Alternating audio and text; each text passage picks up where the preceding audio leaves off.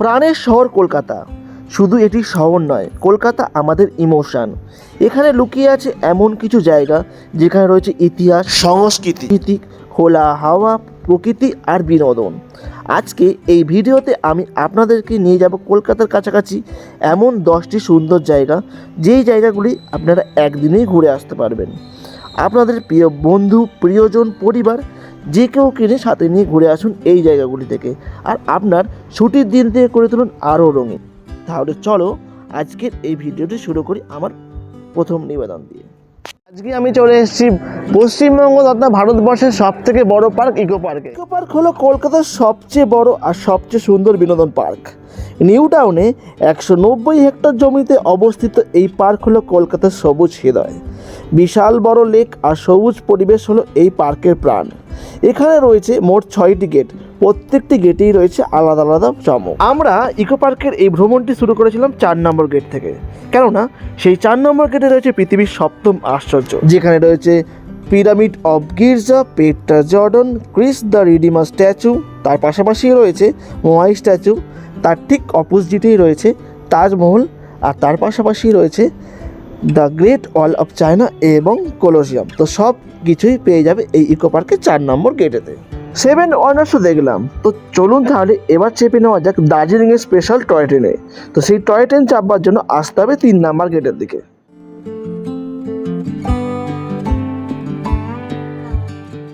দার্জিলিংয়ের toy train তো আছেই, আর সেই টয় ট্রেনের পাশাপাশি আছে ভিস্টাডোম কোচ, আর এই দুটো ট্রেনই ছাড়ে এই ইকো পার্কের ঘুম স্টেশন। তোমরা এই ট্রেনে চেপে ঘুরে ফেলতে পারো সমগ্র ইকো পার্কটি। আর একটু এগিয়েই সামনে চলে আসছে দেখতে পাবে মুখোশের বাগান, যেখানে রয়েছে নানান রকমের মুখোশ। এই ইকো পার্কে হচ্ছে নানান রকম অ্যাক্টিভিটি আছে, তার সাথে এই সাইকেল অ্যাক্টিভিটি আছে। তো এখানে এই যে ডবল সিটার সাইকেল, তোমরা কিন্তু এখানে চড়ে নিজেদের সময়টা এখানে এনজয় করতে পারো। ইকো পার্কের প্রত্যেকটা জায়গাতে রয়েছে নানান রকমের চমক, আর তার মধ্যে এই ফরেস্ট এরিয়া তো একদম অন্যতম। এই ফরেস্ট এরিয়া থেকে একটু এগিয়ে গেলেই চোখে পড়বে সুন্দর একটি ঝিল, যেই ঝিলের ধারে বসে একটি বিকালবেলা বা একটি সন্ধ্যাবেলা অনায়াসেই কাটানো যায়। সেখানে প্রচুর মানুষ আসে এবং নিজেদের মতো সময় কাটায়। তো আমরা এখন আছি ইকো পার্কের 2 নম্বর গেটে। আগে আমরা ঘুরে দেখব ইকো পার্কের 1 নম্বর গেটের মনেস্ট্রি এবং তার পাশাপাশি থাকা আইফেল টাওয়ারটাও।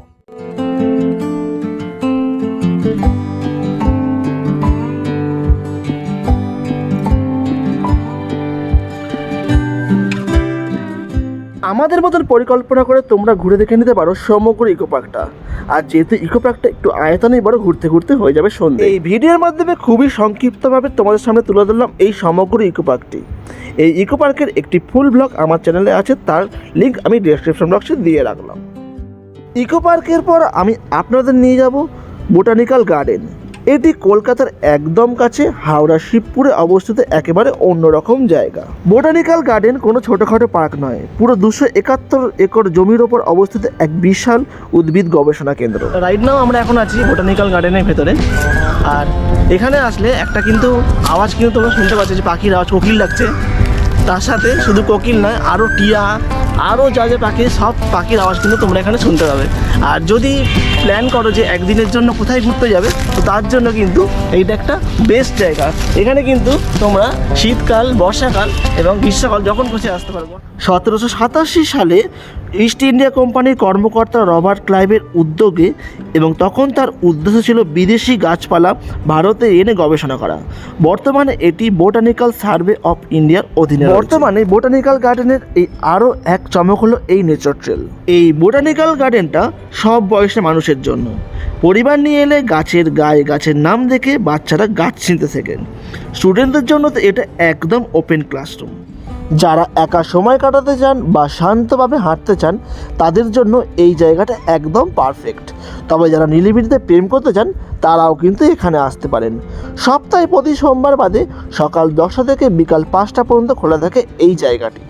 এইখানকার পুকুরে থাকা বিশাল বড় বড় পদ্ম পাতা 6 মাসের শিশুর ওজন বহন করতে পারে। এই পাতাগুলির নাম ভিক্টোরিয়া অ্যামাজোগ্লোনিকা। এই জায়গার সবচেয়ে বড় আকর্ষণ হলো গ্রেট ব্যানিয়ান টি। এই বট গাছটি প্রায় 250 বছরের বেশি পুরনো। ছত্রাক আক্রমণে এর মূল কাণ্ড নষ্ট হয়ে যাবার এর আসল গোড়া কোনটি তা খুঁজে পাওয়া যায় না। কলকাতার আশেপাশে এসে শহরের ভিড় থেকে একটু দূরে এসে সবুজের মধ্যে সময় কাটাতে চাইলে এই জায়গাটি অবশ্যই লিস্টে রাখবেন। এই বোটানিক্যাল গার্ডেনের একটি ফুল ব্লগ আমার চ্যানেলে আপলোড করা আছে, তার লিঙ্ক আমি দিয়ে রাখলাম এই ভিডিওর ডেসক্রিপশন বক্সে, তোমরা চাইলে সেটা দেখে নিতে পারো। এরপর আমরা একটু ভিন্ন স্বাদে ফিরব। আমার 3 নম্বর লিস্টে রয়েছে আলিপুর জেল মিউজিয়াম। এই জায়গাটি আমাদের স্বাধীনতা সংগ্রামের ইতিহাসের সাথে জড়িয়ে। এই জেলটা আগে ছিল একটি ভয়ঙ্কর কারাগার, আর সেটাই বদলে গেছে একটি ঐতিহাসিক মিউজিয়ামে।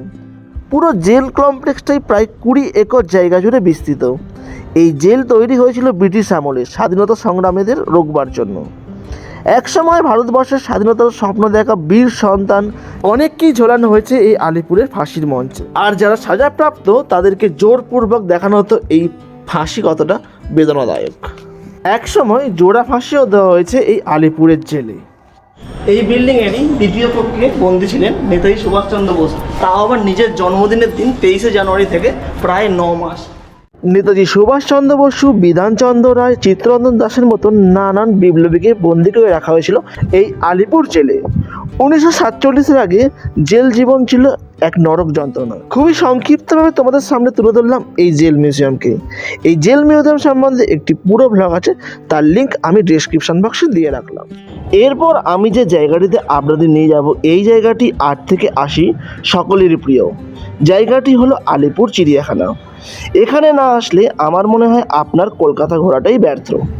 প্রায় 150 বছর পুরনো এই আলিপুর জু 46 একর জায়গা জুড়ে বিস্তৃত। এখানে ঢুকলেই চোখে পড়বে একটি ম্যাপ, আর সেই ম্যাপ দেখে আপনি ঘুরে ফেলতে পারেন পুরো জুটা। ভিতরে রয়েছে দেশি বিদেশি পশু পাখি, রয়েছে রয়্যাল বেঙ্গল টাইগার, সিংহ, হাতি, হরিণ, গন্ডার, জেব্রা, কুমির এবং নানা প্রজাতির সরীসৃপ। প্রতিটি প্রাণীদের জন্যই রয়েছে আলাদা আলাদা এনক্লোজার, যাতে তারা স্বাভাবিক পরিবেশে বসবাস করতে পারে। প্রতি সপ্তাহে বৃহস্পতিবার বন্ধ থাকে এই জু, আর টাইমিং সকাল 9টা থেকে বিকাল 5টা পর্যন্ত। তবে বিশেষ বিশেষ ছুটির দিনে এই বৃহস্পতিবারও খোলা থাকে এই জু। সব মিলিয়ে বলতে গেলে এই আলিপুর জু এমন এক জায়গা যেখানে একদিন খুব সুন্দরভাবে আপনার বাড়ির ছোটদের নিয়ে বা বন্ধু অথবা প্রিয়জনদের সাথে খুব সুন্দরভাবে কাটিয়ে ফেলতে পারেন একটি দিন। এই আলিপুর জুয়ের সম্পূর্ণ ভিডিও রয়েছে আমার চ্যানেলে, চাইলে আপনারা সেই ভিডিওটা দেখে রাখতে পারেন। তার লিঙ্ক আমি ভিডিওর ডেসক্রিপশন বক্সে দিয়ে দিলাম। তো আমি আজকে তোমাদের সামনে তুলে ধরবো হচ্ছে কলকাতার মধ্যে দ্বিতীয় চিড়িয়াখানা, মানে হচ্ছে ফার্স্ট হচ্ছে আলিপুর, দ্বিতীয় হচ্ছে এই যে হরিণালয় চিড়িয়াখানা বা হরিণালয় জু। কলকাতার টপ 10 ঘুরে দেখবার জায়গার মধ্যে আমার কাছে জায়গা করে নিচ্ছে এই হরিণালয় জু, যাকে কলকাতার দ্বিতীয় চিড়িয়াখানাও বলা হয়। তো অনেকেই তো ঘুরেছেন কলকাতার আলিপুর চিড়িয়াখানা, তো সময় করে একদিন চলে আসুন এই হরিণালয় জুতে। কলকাতার দ্বিতীয় চিড়িয়াখানা হলো এই হরিণালয় জু। ইকো পার্কের 6 নম্বর গেটের ভেতরে থাকা একটা খুব শান্ত আর মন ভালো করে দেওয়ার জায়গা হলো এটি। এখানে ঢুকলেই চোখে পড়ার মতো নানা প্রজাতির ম্যাকাও, সাদা কালো ধূসর কাকাতুয়া, হরিণ, জিরাফ, জেব্রা, জলহস্তি, কুমির সহ নানা পশু পাখি আর সবুজে ঘেরা খোলা পরিবেশ, যেখানে শহরের কোলাহল ধীরে ধীরে মুছে যেতে থাকে। বাসাদের জন্য এই জায়গাটি একেবারে স্বপ্নের মতো। এখানে এরা খুব কাছ থেকে প্রাণীদের দেখতে পারবে। শহরের ভিড় আর ব্যস্ততা থেকে একটু দূরে এসে পরিবার অথবা বন্ধুদের সঙ্গে সময় কাটানোর জন্য একদম পারফেক্ট জায়গা এটি। তবে এটা মনে রাখতে হবে, আলিপুর জুয়ের মতো এই জুও প্রত্যেক বৃহস্পতিবার বন্ধ থাকে। তো এই জু সম্পর্কে আমার একটি ফুল ব্লগ আছে, তার লিঙ্ক আমি ডিসক্রিপশন বক্সে দিয়ে রাখলাম, তোমরা সেটা দেখে নিতে পারো। এর পরের ভিডিওটি রয়েছে ভারতীয় রেলের জন্মকাহিনী নিয়ে। আমার পরবর্তী নিবেদন হাওড়া রেল মিউজিয়াম। এই সেই জায়গা যেখানে দাঁড়িয়ে থাকলে ট্রেনের হুইসেলের সাথে ভারতীয় রেলের গৌরবময় ইতিহাস ও বিবর্তন এই সব কিছুই এখানে জানা যায়। এই রেল মিউজিয়াম হাওড়া স্টেশনের একদমই কাছে অবস্থিত। পুরো মিউজিয়ামটি প্রায় 11 একর জায়গা জুড়ে বিস্তৃত। মিউজিয়ামের ভেতরে ঢুকলে পুরনো ছবি, রেলের নথি, মডেল ট্রেন আর যন্ত্রপাতি দেখতে দেখতে সব মিলিয়ে একটাই কথাই মনে হয় যে কীভাবে ধাপে ধাপে ভারতীয় রেল এতটাই বড় একটা নেটওয়ার্কে পরিণত হলো। এখানে যেটা দেখছেন সেগুলো কিন্তু একদমই সাধারণ ট্রেন নয়। ব্রিটিশ আমলের স্টিম লোকোমোটিভ, পুরনো ডিজেল ইঞ্জিন, এমনকি ভারত পাকিস্তান যুদ্ধের সময়ের ব্যবহৃত কয়লা চালিত লোকোমোটিভও রাখা রয়েছে এই রেল মিউজিয়াম। হাওড়া স্টেশনের ছোট্ট এবং খুব সুন্দর রেপ্লিকাও করা হয়েছে এখানে। এছাড়া এখানে আসলে মাত্র 30 টাকার বিনিময়ে টয় ট্রেন চড়ে এই পুরো জায়গাটি ঘুরে নিতে পারেন।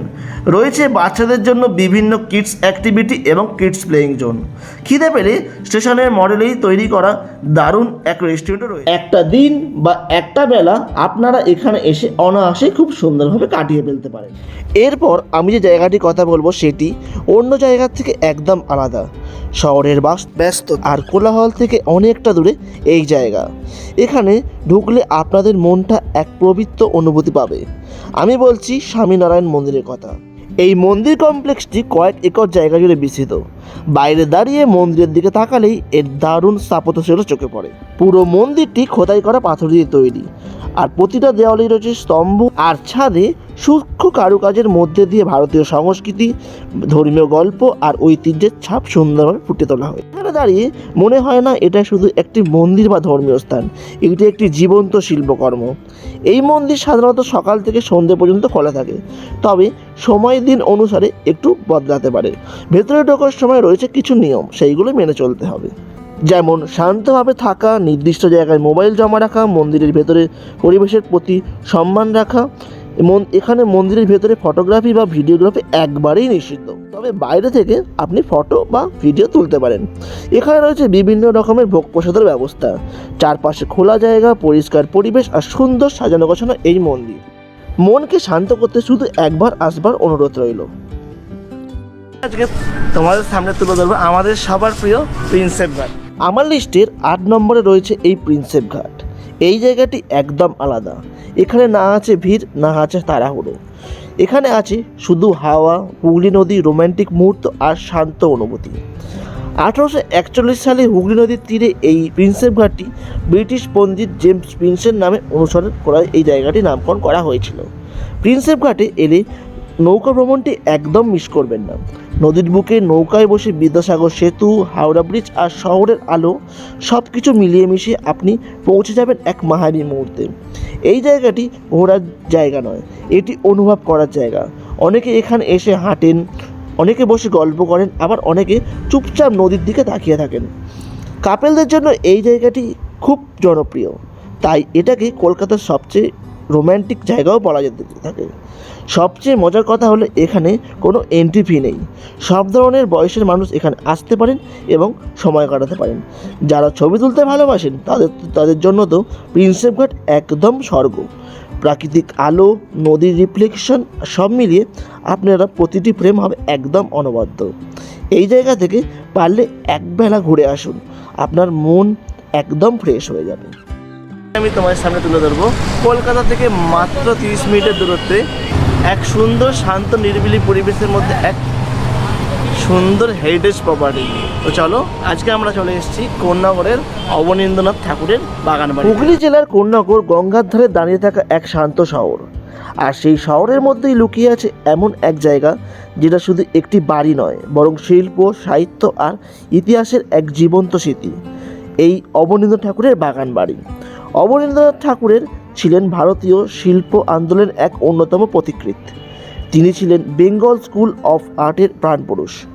এই বাগান বাড়ি ছিল তার চিন্তা, সৃষ্টিশীলতা আর শিল্পচর্চার এক গুরুত্বপূর্ণ জায়গা।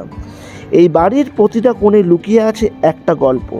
পুরনো স্থাপত্য, খোলা উঠান আর আশেপাশের বাগান, এই সব কিছু মিলে একটা অন্য মাত্রা পেয়েছে। বর্তমানে এই বাগান বাড়িটি একটি হেরিটেজ স্পট হিসেবে সংরক্ষিত।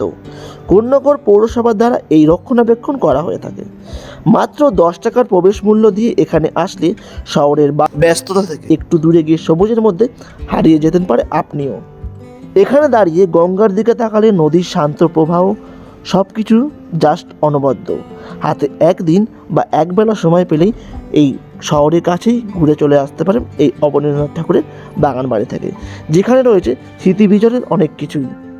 এখন আমি যে জায়গাটি নিয়ে আলোচনা করব সেটি হলো কলকাতার সৌন্দর্য, ভিক্টোরিয়া মেমোরিয়াল। কলকাতার সবচেয়ে আইকনিক আর রাজকীয় স্মৃতিসৌধের মধ্যে এটি হলো একটি। 1906 থেকে 1921 সালের মধ্যে রানী ভিক্টোরিয়া স্মৃতিতে এই ভিক্টোরিয়া মেমোরিয়াল তৈরি করা হয়েছিল। সাদা মার্বেল দিয়ে তৈরি, আর দূর থেকে এর বিশাল গম্বুজ আর সুন্দর নকশা সবার নজর কাড়ে। প্রায় 64 একর জায়গা জুড়ে বিস্তৃত এই স্মৃতিসৌধের চারপাশটা খুব সুন্দরভাবে গাছ এবং জলাশয় দিয়ে সাজানো। ভেতরে রয়েছে একটি মিউজিয়াম, যেখানে ব্রিটিশ আমলের ইতিহাস, পুরনো ছবি, পেন্টিং, স্মৃতি আর নানান রকমের ঐতিহাসিক জিনিস সংরক্ষিত আছে।